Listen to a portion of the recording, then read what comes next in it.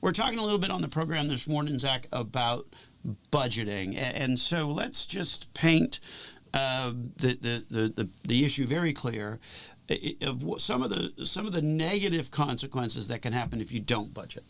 Yeah, there's a lot of negative consequences. One of them, chief, being emotional stress, right? You're trying to pay your bills. You're trying to pay the variable expenses, the various things. And so that has a lot of stress to it. There is a lot of psychology tied to money, believe it or not.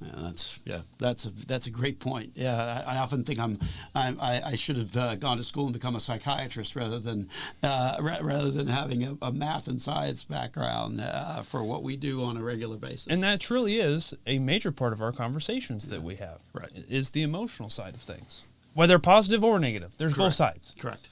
Yeah. Nope. That's very true. So another issue is the inconsistent income for folks that are gig workers or maybe do some kind of Uber Eats or delivery, that sort of stuff.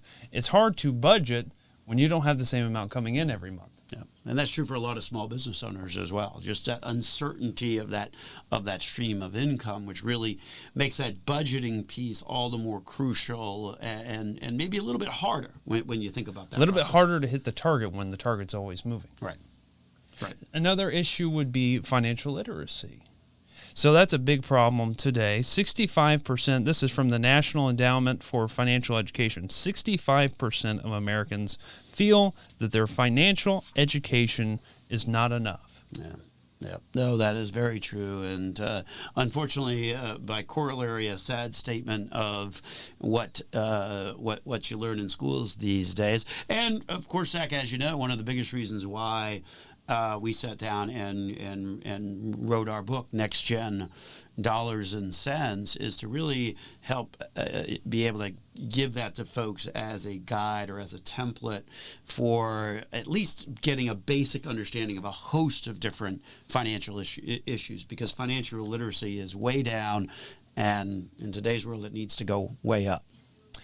And in Next Gen Dollars and Cents, there's actually quite a few chapters tied to our subject today. Budgeting chapter 21, if you want to pull up the book and take a look. And we've got tons of great resources in there. Actually, in the appendix of the book is some budgeting items to help you start your first budget. Yep. Nope. That's exactly right. And of course, you know, a budget will help you also avoid this notion of trying to keep up with the Joneses, right? Right. And which is even more prevalent today than it ever has been. When you look at social media, the things that people post on there, the supposed lives that so many people live, you know, there's actually several companies out there that have old jetliners, right?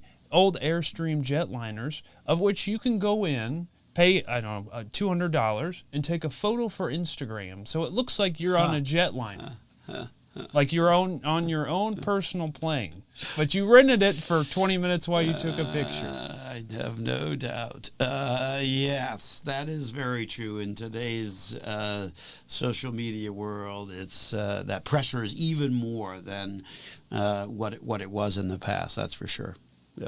Absolutely. And so it just underscores how important it is just to sit down, take a little bit of time, once a month, once every couple weeks, really look at your fixed expenses and your variable expenses and say, okay, what am I going to do this month? Because think about the relief. It's the certainty of the unknown, really, Joel. Think about the relief you could have. Most people think budgeting as a restriction. Oh, I have a budget, so I can't do this, or I don't get to do this. But really, you're just empowering yourself to pay your bills that you need to pay, plus get a little bit of relief. Because when it's on paper like that, you think, okay, I can make this. I can survive the month, if you will. Well, there's certainly some major consequences if you don't budget, right? I mean, there's major issues that come about as a result. Chiefly the notion of overspending. Right, overspending and the way in which you spend your money. You know, most of the debt nowadays is coming from the credit cards and the instant payments and that sort of stuff that doesn't have the bite. Yeah. That paying with cash or watching your debit card balance go down, the bite is not there. Back to the psychology. The psychology is not there. The brain doesn't trigger as hard as it would if you were handing over those crisp dollar bills and they're leaving the grasp of your hand. No, Dave Ramsey, to quote Dave Ramsey again, often quotes the study that said that the use of cash makes you much more inclined to really think through your spending patterns. Yeah, and absolutely. So another interesting statistic that I found, the Federal Reserve reported that the average American household carries over $6,000 specifically in credit card debt.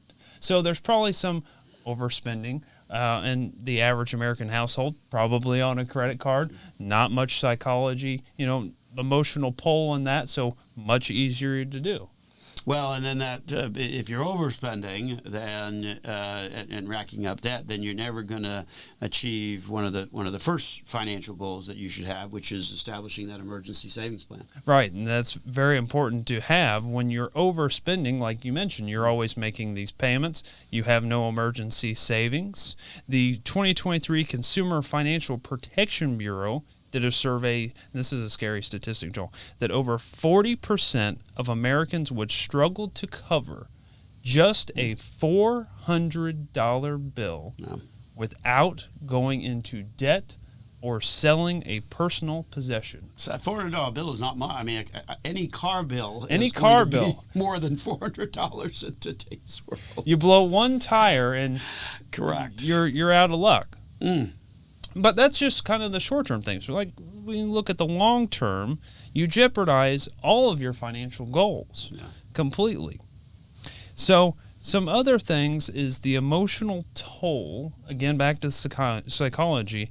The emotional toll, the stress, the anxiety, the relationship issues, that has a large thing as well. Big play is the relationship issues that you could have from not planning and not budgeting. And when you just budget, it just brings you so much more peace. So the good news is that certainly not all hope is lost. Starting a budget today is easier and more accessible than it really ever has been, thanks to technology. Yeah, there's tons of apps out there. They try to make it easy as you can. We have worksheets available to folks to be able to use. There's several out there like Mint, or You Need a Budget, or even, again, Dave Ramsey's Every Dollar, that really track your spending. And if you sit down and track your spending along the way, it's going to be much better for you in the long run. So when you do have those surprises, you will hopefully have your emergency fund to use and not have to go back into the debt and repeat the cycle over and over again. Now, our book, Next Gen Dollars and Cents, has a nice template that links to a downloadable and savable Excel spreadsheet. As a matter of fact, when Nelson, my oldest, moved away and started his full-time job about a year ago, we actually kind of sat down and worked through that to get a handle on kind of how much he can spend for rent, how much he can spend for other things, and how much he needs to save and put into his retirement account. So that's really a budget is intended to be a tool, and in today's world, a lot of different options out there in terms of those tools that are available. There's a ton of different options, Joel. But the other thing with doing your budget is you keep yourself accountable. Yeah. You're watching how everything is flowing, and you're saying, okay, I'm noticing an overtrend in this. I need to scale back. So like on your dining out, oh, I spent this much on dining out this month, let's scale it back. If you're not budgeting, you have absolutely no idea how much is flowing out. Yeah, it's one thing to make the budget, to follow the budget, but you also have to reflect on the budget. I think that's really the key takeaway, if you will. With that, we're going to take a break and continue the conversation here on Dollars and Cents with Joel Garris and Zach Keister of Nelson Financial Planning.